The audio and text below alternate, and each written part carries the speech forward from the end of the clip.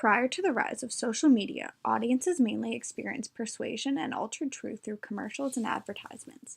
Nowadays, we have various platforms in which we require media literacy to distinguish fact from fiction.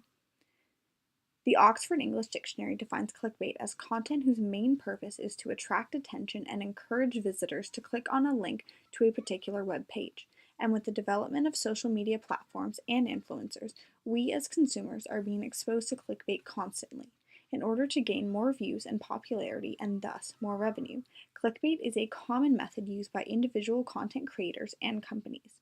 Promoting content in a way that is more appealing to audiences may seem like a harmless and trivial concept, but it is actually doing a lot of damage.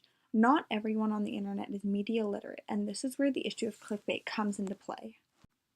Clickbait is most often used in video titles and thumbnails on YouTube and usually alters the video's actual content in a way that seems more interesting, such as fighting Jake Paul fans at the Clout House and almost broke my neck on the beach.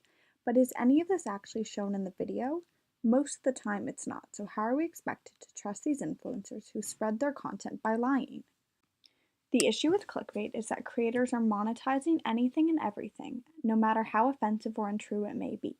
The goal for influencers is views, which translates to money, and the quickest and easiest way to do that is by promoting content as something other than what it actually is to entice audiences. The influencer and fan relationship is based on implied authenticity and honesty. This is part of what differs them from traditional celebrities, but they are taking advantage of audiences by altering and exaggerating the truth.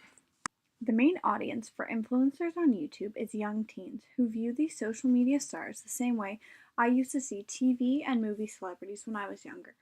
At such an impressionable age, combined with the prominence of false claims by influencers, the youth consuming this type of content are at risk.